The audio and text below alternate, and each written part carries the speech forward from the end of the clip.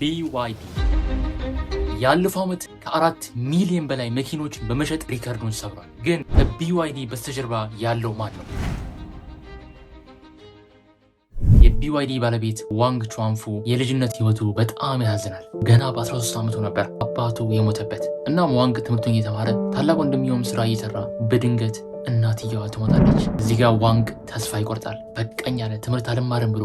ወንድሙ ግን ጠንከር በላለው፣ መማር አለበት፣ ገና ልጅ ነህ አለው። በታላቅ ወንድሙ ምክንያት ዩኒቨርሲቲውን ጨርሶ ይመረቃል። ከተመረቀ በኋላ ነው ጨዋታው የሚጀምረው። በ29 ዓመቱ BYD የሚባል ካምፓኒ ይከፍታል። ይሄ BYD ደግሞ የሚባለው ካምፓኒ መኪኖችን ሳይሆን ባትሪዎችን ነበረ የሚያመርተው፣ የስልክ ባትሪዎችን ማለት።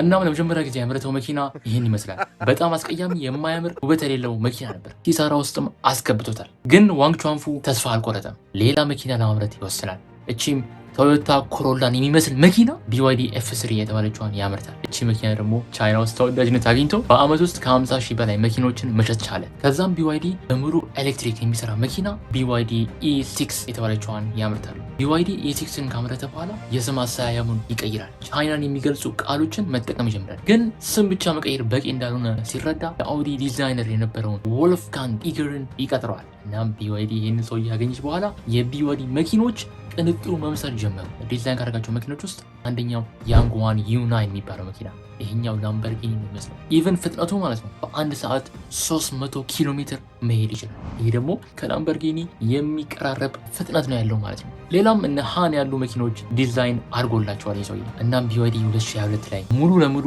የነዳጅ መኪና ማምረት ታቆማለች። በዛው ዓመት BYD ቴስላንም የተለያዩ ኤሌክትሪክ መኪና አምራቾችን በልጣ አንደኛ ላይ ትሆናለች። ይሄ ደግሞ ለBYD ትልቅ ድል ነው ማለት ነው። ከዛም በይበልጥ ወደ ዓለም ታስፋፋዋለች።